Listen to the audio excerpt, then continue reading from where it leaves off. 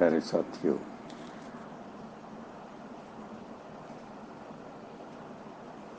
कल का दिन इस जीवन का एक और नया दिन था। ये क्या रंग लाएगा, कौन सी दिशा में हम चलेंगे,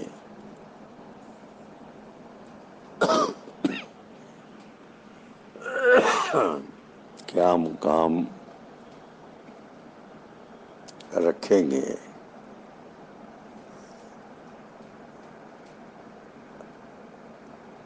ये तो नहीं कहा जा सकता। मगर जैसा 50 साल पहले से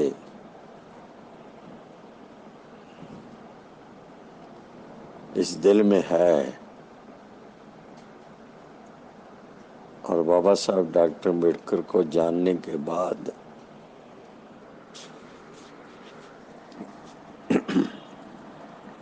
जो कुछ मन में बसा, जो मन ने चाहा,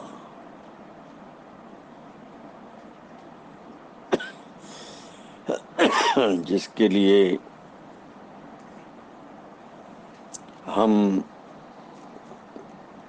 रात दिन देखे बगैर, गर्मी सर्दी देखे बगैर चलते रहे, लाखों साथियों के साथ, हजारों वर्करों के साथ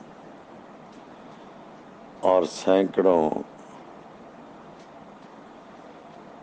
उन भाइयों के साथ जिन्होंने कभी दुख में भी हमको नहीं पीछा दिया, कदम से कदम मिलाकर चलते रहे। वही मुकाम आज भी उतनी ताकत से रोम रोम में है। अब जब पूरा देश बदल रहा है, देश के लोग बदल रहे हैं, देश की राजनीति बदल रही है और आने वाले समय में ये कौन सा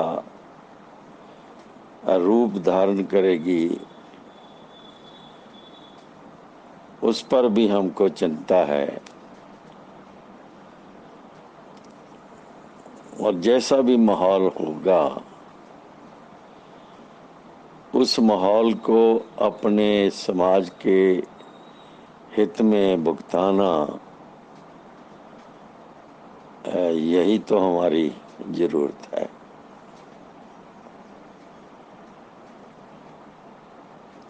आज की ये बात तुमको ध्यान से सुननी भी होगी और उस पर अमल भी करना होगा।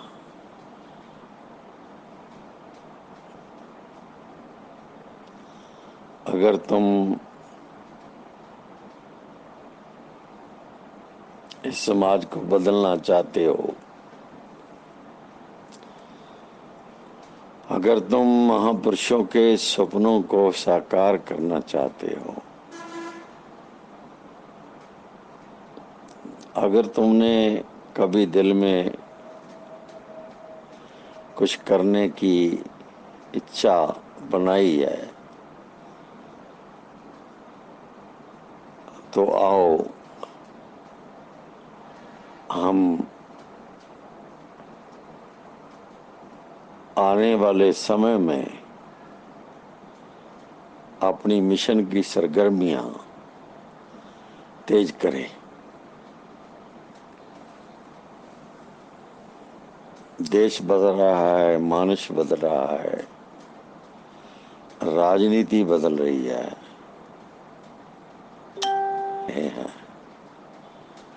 लोगों का रो बदल रहा है। और सत्ता में कुछ ऐसे लोग भी आ गए हैं जो भारत के संविधान को हूबहू लागू करने के लिए तैयार रहते हैं। तो ऐसी स्थिति में मेरे जहन में बार बार आता है कि हम बम से बड़े लाखों लोग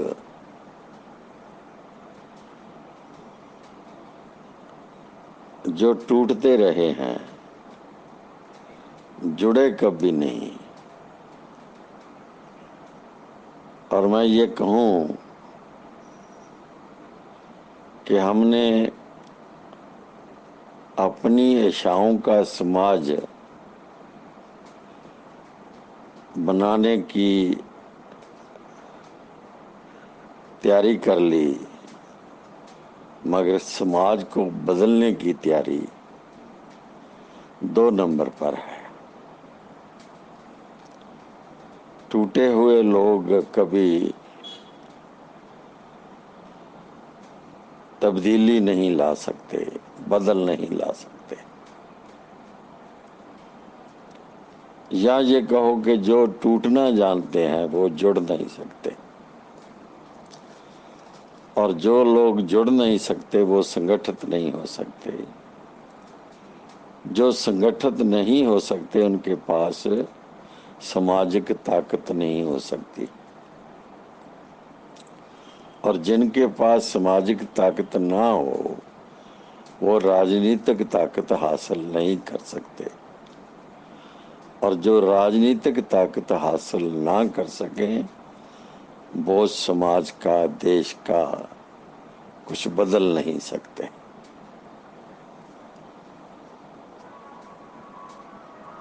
आज जो हम ताकतें देख रहे हैं सत्ता पर बैठी, तो अब ध्यान से देखो कि उनकी सारी ऊर्जा देश को, देश के ढांचे को, संविधान को, लोकतंत्र को बर्बाद करने की बनी हुई है। वे अच्छा नहीं कर सकते, और अच्छा करना उनकी फितरत में नहीं है। वो जन्म और जात से अच्छे आदमी नहीं है। हजारों सालों से उन लोगों ने इस देश को बर्बाद किया, आदमी को गुलाम रखा, और गुलाम आदमी को अपाहज बना दिया। बाबा साहब डॉक्टर अम्बेडकर ने जो संविधान दिया उसने हमें अपाहज होने से या रहने से बचाकर हमको बहुत सारी जानी जीवन की हर ताकत दी कि हम आगे बढ़ पाएं, और इस देश का, जो हमारा अपना देश है, इसके ढांचे को फिर से खड़ा कर सके।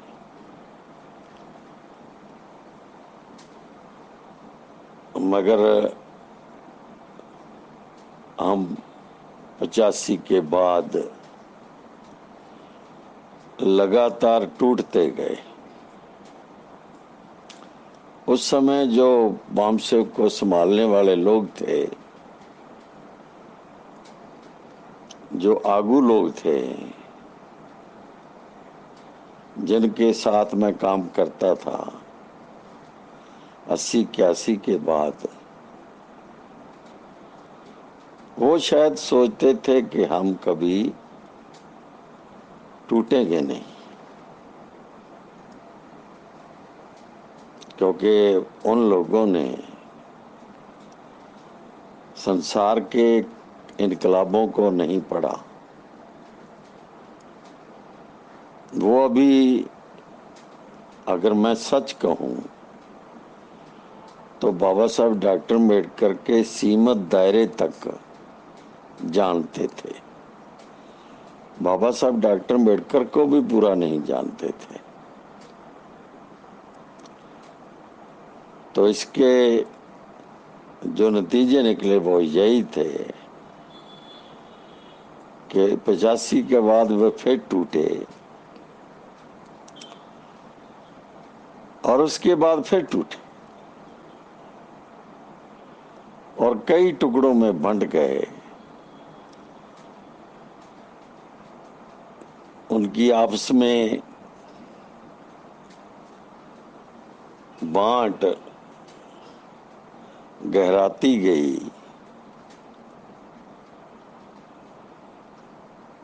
जब मुझे काशीराम जी के जाने के बाद वामसे में फिर काम करने का मौका मिला तो मेरा पहला उद्देश्य था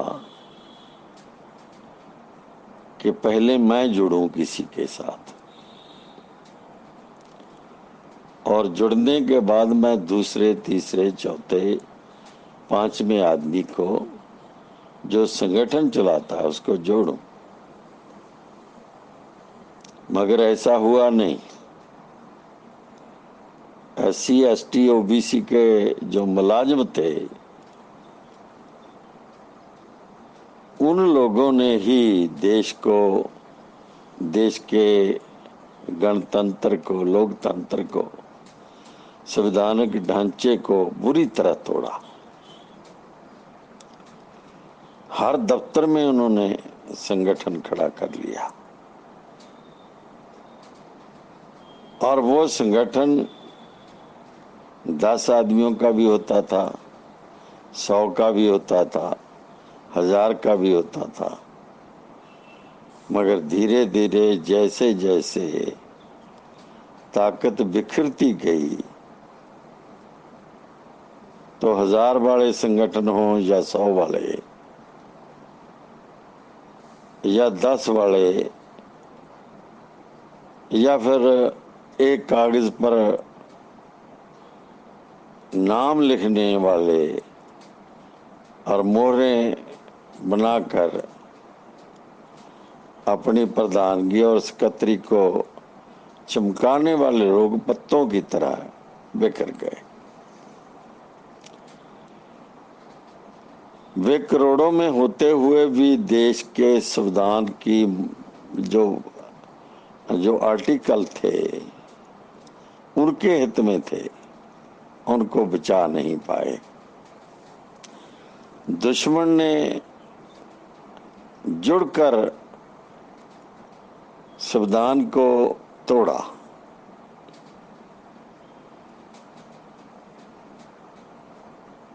आज नौकरी नहीं मिल रही। पूरे देश को नौकरी नहीं मिलती कभी, मगर 2-4 करोड़ लोग जो नौकरी में आते गए, जाते गए, चलते गए, छोड़ते गए, वे लोग और जो बाकी बचे वे लोग, वे संविधान को नहीं बचा पाए क्योंकि संविधान कभी उन लोगों ने देखा तक नहीं। जब देखा नहीं तो पढ़ना क्या? जब पढ़ा ही नहीं तो अकल कहां से आएगी? ये बड़े बड़े डिग्रीधारी लोग, चाहे वो SC, ST, OBC के थे, भले ही वो नॉन SC, ST, OBC के थे, ब्राह्मण के बगैर सभी लोग पढ़ लिख कर भी पशुओं की तरह थे। रोटी कमाई, लोगों की जेब काटी, पैसा इकट्ठा किया, शराब पी। और मैंने देखा कि बहुत सारे लोग जिनके पास ये वड्डी खोरी का, करप्शन का रोज धन आता, उन लोगों ने, उसमें SC ST OBC के मुलाजिम भी शामिल थे, उन लोगों ने या तो शराब पर ध्यान दिया और या फिर औरत पर। मैंने बहुत लोग देखे जो दूसरी पराई औरतों को जाल में फंसाते और उसका शोषण करते।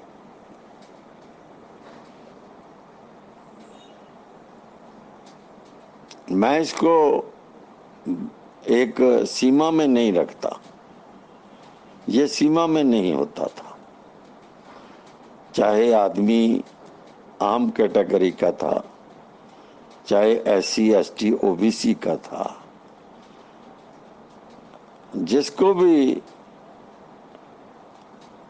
नाजायज धन मिलता रहा या देश के साथ जो खिलवाड़ करता रहा, लोगों के साथ खिलवाड़ करता रहा, तो उसने घर तो बनाया ही, कपड़े तो बदले ही, बच्चों को बड़े स्कूलों में पाया और पढ़ाया भी, मगर खुद वो शराब और औरत में डूब गया। तो ऐसी स्थिति में हम किससे उम्मीद करते कि वो हम मिलकर समाज को, देश को, लोकतंत्र को, संविधान को बचाते।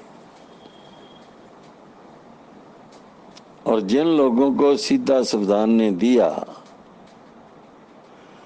और नाम लिख कर दिया SC ST OBC, उन लोगों ने इतने संगठन बना लिए 30-32 हजार पूरे देश में इनके संगठन बने। ये जाति से भी ज्यादा खतरनाक संगठन थे। मैं जब लाखों लोगों को याद करता हूं जो मेरे आसपास चलते रहे और जो इधर उधर से टांगे अड़ाते रहे, जिन लोगों ने समाज को जुड़ने नहीं दिया, समाज को तोड़ा, जिंदाबाद मुर्दाबाद करते रहे, या तनख्वाह और पेंशन या कोई इंक्रीमेंट की बात उनका मुद्दा था, उन लोगों ने ना तो अपने बच्चों का भविष्य बचाया, न देश का भविष्य बचाया, न संविधान को बचाया, न लोकतंत्र को बचाया। वो तो इतने गिरे हुए लोग थे। मैं 1974 में पहली बार प्रिजाइडिंग अफसर बना और उसके बाद देखा मैंने कि वो इतने गिरे हुए लोग थे दफ्तरों के, चाहे वो अध्यापक थे, चाहे वो नॉन अध्यापक थे, दफ्तरों के वो लोग शाम को शराब और मीट की उम्मीद करते, हर जगह वोटों तक बेच देते लोगों को शराब के लिए और मांस के लिए। गांव वाले भी इतने ही भ्रष्टे हुए लोग हैं इस देश के। वो जानते हैं कि लोकतंत्र में वोट का क्या अर्थ है और वोट को खरीदने का क्या अर्थ है, और खरीदे जाने वाला जो मुलाजिम है, बड़ा छोटा, उसका क्या अर्थ है।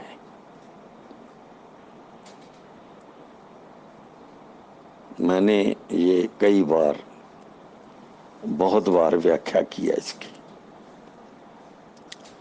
तो आज नया प्रसंग है कि मेरे जीवन में जो बड़े उद्देश्य हैं, उनमें से एक ये उद्देश्य था कि हम जुड़कर चलें, मगर हमारा आदमी जुड़ने की बजाय कमीनगी करता रहा, एक दूसरे से दूर भागता रहा। वो 1 नंबर पर चला गया, समाज 2 नंबर पर चला गया। लगभग 3 वर्षों से मैंने इन लोगों से संपर्क को छोड़ रखा था। हम साथी मिलकर अपने हिसाब से काम करते और लगातार काम करते, एक ताकत जोड़ने की, बनाने की कोशिश करते। ना तो हमको किसी ने जी आया कहा और ना कोई हमारे साथ मिलकर चलने को तैयार हुआ। हाँ, टूटते गए, और टूटने वालों में से ऐसे लोग जो खुदगर्ज थे, वो लगातार अपनी हरकतें करते रहे। जैसे पंजाब में बहुत सारे लोग हरकतें करते रहे, समाज को तोड़ते रहे और बुराई को जन्म देते रहे। तो कुछ साथी जो दूसरे गुट में काम करते थे, कभी कभी वो मेरे साथ बात करते तो मैं यही कहता, अपनी इच्छा जाहिर करता कि चलो हम जुड़ जाएं।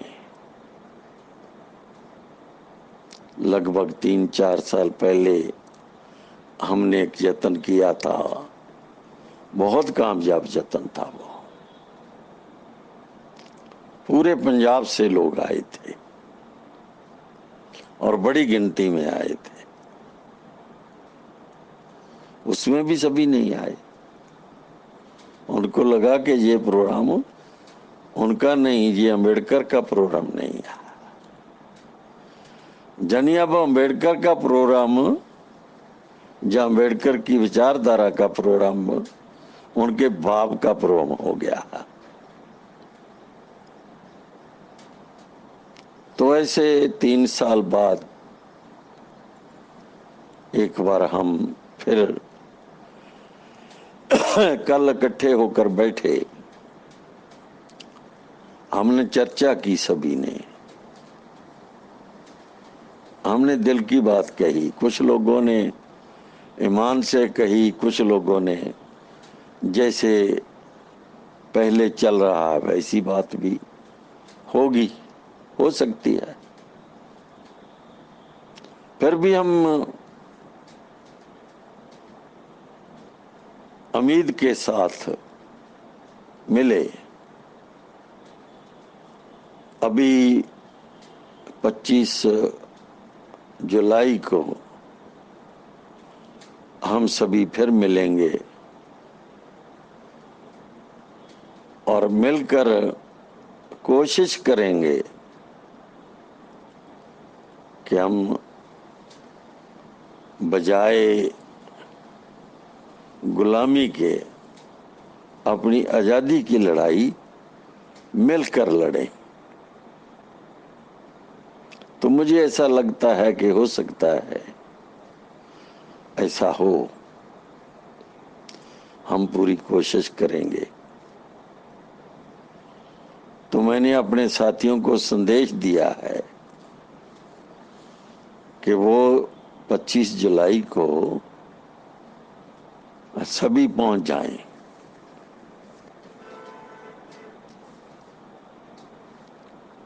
इस सम्मेलन में हम शुरुआत करेंगे एकजुट होने की। और मैं यहाँ संदेश छोड़ना चाहता हूं कि इसके बाद अगर हम कामयाब हुए तो इसके बाद हम दूसरे साथियों के साथ बातचीत करेंगे। हम एक दूसरे का सम्मान करते हुए, बड़ा छोटा ना मानकर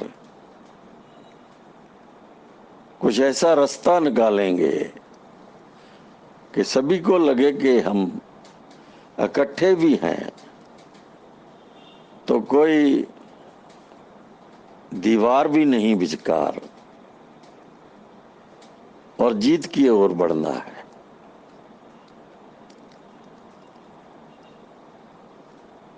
पूरे देश में 2-4 संगठन बड़े पैमाने पर काम कर रहे हैं। पहले मैं चाहूंगा कि उनके साथ हम खुद बात करें। मैं खुद बात करनी चाहूंगा क्योंकि वो मेरे बहुत देर के साथी हैं। सभी हम जुड़ नहीं पाए, टूटते गए, ये अलग बात है। अगर टूटने का अमल जारी रहा तो जुड़ने का भी अमल हो सकता है। तो मेरे साथियों, अभी वक्त जुड़ने का है और ये बिल्कुल सही समय है तुम्हारे अमल करने का। अगर ये हाथ से निकल गया तुम बहुत लंबी लड़ाई नहीं लड़ पाओगे।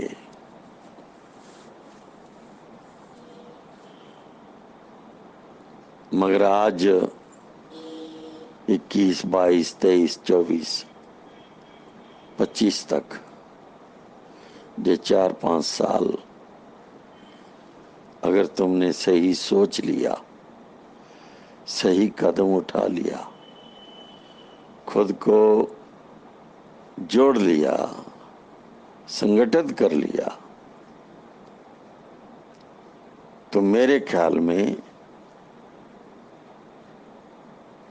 25 से पहले पहले तुम शासकों में पहुंच सकते हो। मुझे पता है कि शासकों में कैसे पहुंचा जाता है और कैसे नहीं पहुंचा जा सकता। ये शासक की लड़ाई हमने बहुत देर तक लड़ी। आज भी हम जब हमारे बीच कांशीराम जी नहीं हैं, दूसरे हमारे साथी हैं जो उनकी टीम के थे और हम 80-81 से जो चले, हम सभी शासकों की लड़ाई लड़ रहे हैं।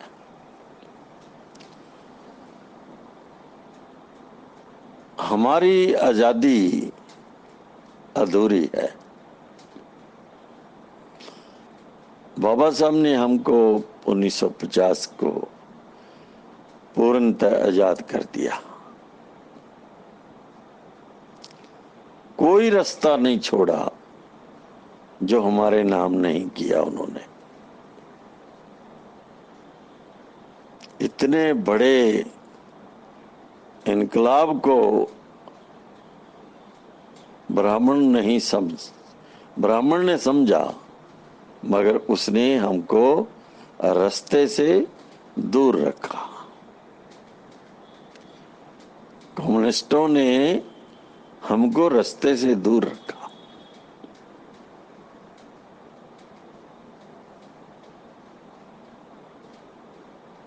एक ब्राह्मण रास्ते से दूर ले गया, दूसरा ब्राह्मण हमको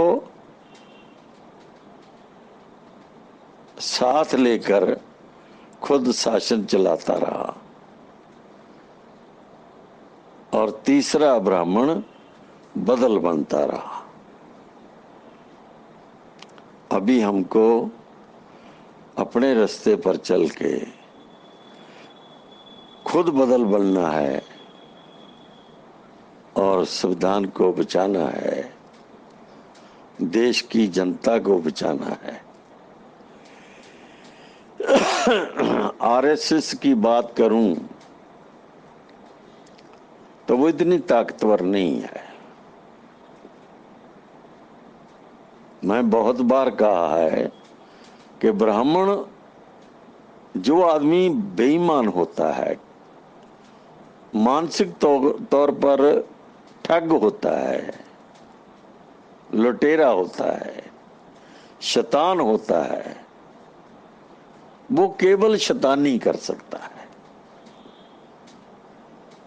खड़ा नहीं रहा। चोर के पांव नहीं होते। ये चोरों की जमात जो शासन कर रही है, इनके पांव नहीं है। हमारे पास पांव है। हमारा आदमी ईमान से लड़ सकता है। अभी जैसे मैं देखता हूं पिछले 2, 3, 4 साल से कि मुसलमान कभी नहीं उठा था, कभी नहीं जागा था, मगर आज संविधान ने मुसलमान को भी जगाकर सड़कों पर खड़ा कर दिया है। वही मुसलमान बाबा साहब की बात करता है, वही मुसलमान भारत की बात करता है, वही मुसलमान चौरंगा उठाकर चलता है, वही मुसलमान इस देश को अपना देश कहता है। और ये मुसीबत आरएसएस के लिए बन गई कि उसको ये कहना पड़ा कि मुसलमान और ब्राह्मण का डीएनए एक है। अरे मूलवासी और ब्राह्मण विदेशी का डीएनए एक कैसे हो सकता है? मुसलमान तो 99% SC ST OBC है, तो ब्राह्मण से डीएनए कैसे मिल गया उसका?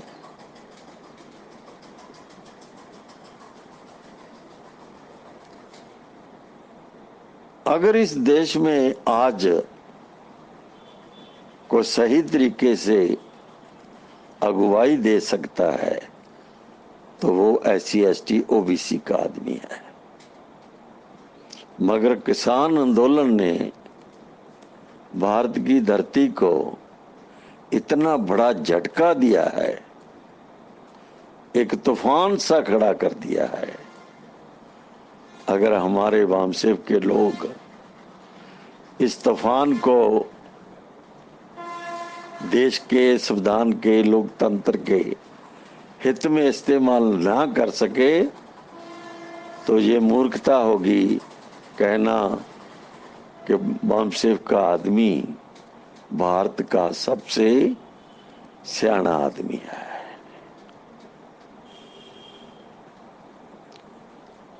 तो इस देश को लेकर